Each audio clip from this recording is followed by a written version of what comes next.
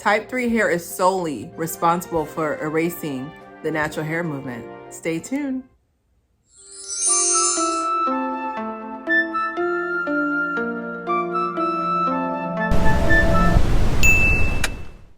All right. Welcome to another episode of Claire Hair. Hopefully you're still here because I know what I said was pretty controversial. That's why I'm going to say it. So today we are going to be doing my unpopular opinion. One of the unpopular opinions you can't say is why you still got your Christmas tree up. It's been a busy month, but I promise you I will have it down before Valentine's Day. Okay, I will have it down before Valentine's Day. Okay, but I've amassed my top 10, which I have a top 100, so I chose from there. My top 10 unpopular opinions about natural hair. Let's start with number 10. Coming in number 10, sleep routine. The level of lies. Like, I just want to let you guys know that Anastasia Beverly Hills, I've been wearing this all day. I just came from work. I'm wearing this all day, and I ate, I talked trash, and she's still here. She's making the pearlies pearl today. So yeah, get you some. Anyways, number 10 is the sleep routine. The level of lies. I can't handle you guys, okay? You guys don't understand. When you're looking at a tutorial and you don't know how to do your hair, and you look at a tutorial, this person has now become your advisor. They have now become your life coach. So when you sit there and tell me, oh, just pineapple your hair and, that'll save the hairstyle. No, it won't. Your best bet is to charge it to the game. I don't care how crispy you make your curls. At the end of the day, after a flexi rod or whatever, you're playing yourself. You got about 1, maybe 2 days before you have to refresh this hairstyle from scratch. So the whole sleep routine is capped. Now, I will show you, in my tutorials, like, hey, I use this scarf, but please be noted that this hairstyle is not gonna last too long. Because even with this hairstyle, which I hope you watch the tutorial, even with this hairstyle, I know I got 2 weeks with her, and that's all I need her for. Because I'm about to do another hairstyle. You'll see in the beginning of February. She's a connector hairstyle. She's just here to get me to February, okay? But I would definitely say for sure that the sleep routine lying, it's got to stop this year. No more lying, okay? And the lying I'm referring to the fact that you guys said, oh, the sleep routine. I was like, certain hairstyles, there is no sleep routine. You're just gonna risk your neck, your sleep, your back, everything. Someone's gonna get risked that night, okay? Number 9, natural hair breakage, okay? Natural hair breakage is something that I'm very passionate about because the fact that I'm passionate about is like, let your hair break.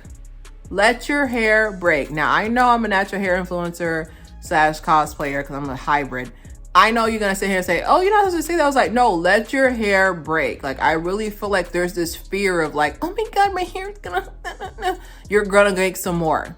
Okay. Because there's been plenty of times that there is this one wig called Perm Romance from Diva Tress, and I remember I wore it and it has like a hard lace, and I remember my front of my hair, like my bangs were to here after the wig because I wore it with the combs because I was an idiot.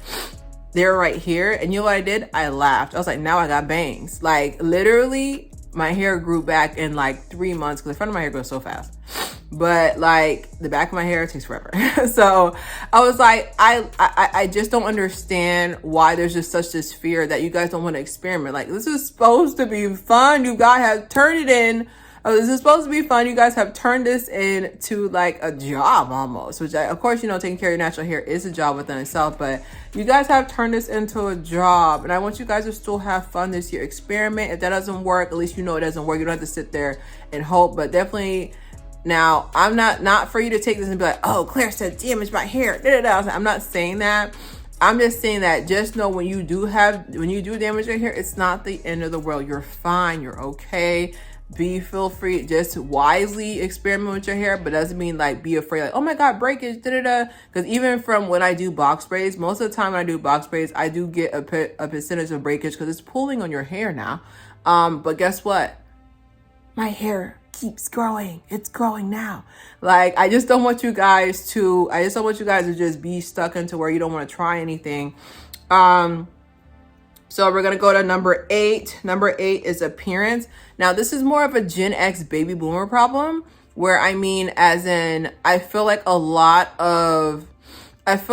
lot of judgment that we do upon ourselves and others was ingrained, and which, like I said, like I have this video, I have the script ready, I'm just reviewing it, but I want to go about the generational impact of why we hate our natural hair. Like, and I definitely know for sure Gen X and baby boomers are solely responsible for it on their side. Now, I'm not talking about from a societal perspective, which we already know what time it is when it comes to that. But generational, definitely for sure, is a baby boomer and a Gen X problem, that they have this thing where your hair has to be done.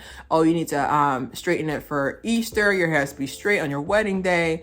Like, you know what I'm trying to say? Like, there's always like this pressure in the back of your head. That's why you got to do some unbrain washing. Okay, you have to do some unbrain washing, because I really feel like there's just this how to describe it, there's just this need that we have to tell people that their natural hair is not done, or it's frizzy, or it's not attractive. Like, I really want us to get out of that, and the only way we can do it is not be another person who's saying that. But I have that on there. Number 7 is wash and know. I don't know why I think I described this, but I don't know why there is this push for us to manipulate our hair into something else. At the end of the day, my natural hair loves waving at people. I know you see it, okay? My natural hair loves waving at people. I've made my peace with it. No matter what type of gel, no matter what type of heat I put on it, my hair will always wave up. It's what she does. I like her, okay? It's what she does. There will always be some type of wave to it. It is what it is. But some people don't have that level of confidence, or, you know, society has done a really good job of denigrating that. But I truly feel like there is my battery almost died. I truly feel like there really is a need for us to tell each other that, you need to do A, B, and C with your hair for it to look good, or you need to do a wash and go so the curls can pop more. They're already popping since birth, okay? Okay, it's part of the melanin package. You're gonna have curly hair. It's part of the melanin package. But I really feel like there's just this need, you know, like there's just this need to have an emphasis on learning how to do a wash and go, how to execute it, how to wear it out so where it won't be in a shrunken state. And I feel like we've lost a lot of people to, I want to say the other side, but I feel like we've lost a lot of people because they feel like they can't emulate this hair texture from a wash and go. And they're just like, forget it. I'm just going to go and put heat. I'm just going to go and get a relaxer, texturize, or whatever, so I can do a wash and go. All right, number 6, protective style judgment. Y'all know I was coming for y'all. Protective style judgment is that we really need to understand the difference between trying to educate and trying to judge someone. So when I say you need a productive protective hairstyle, I'm not trying to tell you that, oh, you can only wear braids. That's the only way. I'm not telling you that. I'm more of like an education. Like, if you want to actually see length, because if you have to have a leave out, it's not protected. Because even this hairstyle, if I could rate this hairstyle I'm in, like, only my ends are protected. Is that a pin sticking out? I can't. But only my ends are protected. I still have to manipulate this whole section. So this would be 50% protective hairstyle, you know? So the reason why I said it is because I know a lot of people who judge what I call the wig naturals, and the wig naturals, and there's nothing wrong with them. I mean, they're smarter than us, okay? But the wig naturals are the ones who, most of the time their natural hair is in a wig for the most part, or a half wig, and they choose to wear the natural hair once or twice a year to let it breathe. But other than that, they like being a wig natural. And there's nothing wrong with that. I really feel like there is a judgment of protective hairstyle. And like I said, when I speak for educational purposes. Like, for example, if you do braids, but you're not moisturizing, your protective hairstyle is no more protective than a person who wears wigs and lets their hair clump up for 6 months. So definitely for sure, a lot of that judgment there. We're going to go to our top 5. So number 5 is natural hair products are too expensive. You guys see the chickens, right? Because I don't. Okay. Because I definitely say for sure that the natural hair products have gotten to the point where I feel like I'm being punished. And you got to understand with how densely packed our hair is, especially my hair in the back of my head. Like, I can use half a bottle of conditioner back there by myself. Okay, I can take a bottle of conditioner out by myself. I really feel like there is this You know what I'm trying to say? I really feel like there is this push towards increasing the value, because like I said, I told you guys about the value of the black dollar. I do have that video coming up soon as well about how powerful our money is and why we need to be more selective about it. I really think you guys need to understand that it's not in your head. They are purposely increasing these prices, which I mean, you know, inflation is across the board. It's just not selective, but definitely for sure, I can definitely say that it is frustrating. And I hope these, you know, big brands listen to us and know that all we want to do is take care of our hair and have healthy hair. We don't want to have to sit there and be like, do I eat lunch or do I buy a new conditioner? You know, like, it's just kind of like, we don't want to have to make these decisions. We're gonna go to number 4 is what I said before. Type 3 is responsible for erasing the natural hair movement. And I know a lot of this is to blame on the media, and I know some people will sit there and be like, oh my God, I'm type 3, what did I do to you? I was like, honey, doll, sugar plum, you did nothing but exist. It's not you. It's really the fact that they pushed us out. I really feel pushed out. Like, even something as simple as a commercial. And I know some people are like, oh, you're reading it too much. You reaching, you know, the commercials like where they say, oh, the natural hair movement, and I don't see anybody who looks like me, whether that's type 4C or that's, you know, skin tone. You know, I'm not trying to say nothing, but I just really feel like type 3 is responsible, and the promotion of type 3. Like, you don't want any times where there's like a brand deal or left and right and you see somebody with type 3 and it's just like, I am happy for them, because like I said, like, type 3 was sitting right next to me in the salon. Type 3 was sitting right next to me in the salon getting the same relaxer. But let's face it, who's more acceptable? Who's curls? At the end of the day, I don't have curls, I have kinks. Okay, kinks in reference to hair, but I have kinky curly hair, I guess. My hair is not curls. Like, you gotta understand, like, just from preference of people being like, oh my God, wear your natural, but type 3. That's what they whisper under their mouth, which that can be a future video as well. But you guys sit there and say you want type 4. It's like, no, you don't. Even my hair is starting to get preference over 4C, because now I'm just like, okay, well, I like your hair. Your hair is 4A, 4B. I was like, no, I need you to like all hair. I need you to get lost. Okay, like, either one, you make the choice. But definitely for sure, type 3, the promotional type 3 hair has been solely responsible for it, because I feel like people see that their hair is not type 3 and be like, okay, well, I'm not even gonna attempt to try to do natural hair. So I think that's what happened as well. All right, so we're gonna come into the top 3. Number 3, guess what it is? Natural hair length obsession, compulsive disorder. It has to be a disorder, because you don't know how many times, just like I said, like, I think I did a video about the natural hair disorders in Fair as well. So I don't know if I would go back for it, but you guys let me know if you want me to go into that. But I truly feel like there could have been more healthier heads of hair if we weren't so obsessed on proving that we got length or we got hair. Like, at the end of the day, your length is not equivalent to, the amount of hair you have is not equivalent to your amount of character. At the end of the day, you could be a crappy person and your hair could be tailbone length. Now you just Rapunzel with an attitude, right? And so, like, that's why I said, I was like, the natural hair length obsession, definitely for sure. I feel like it's ingrained in us, but I still feel like it's one thing that I can say, my unpopular opinion, I hate it. I would rather see somebody with you know, short, healthy coils than long, stringy coils trying to prove they got length. Like, over here, we're dislocating their neck. Like they're moving their spine up to show that they got more length, baby.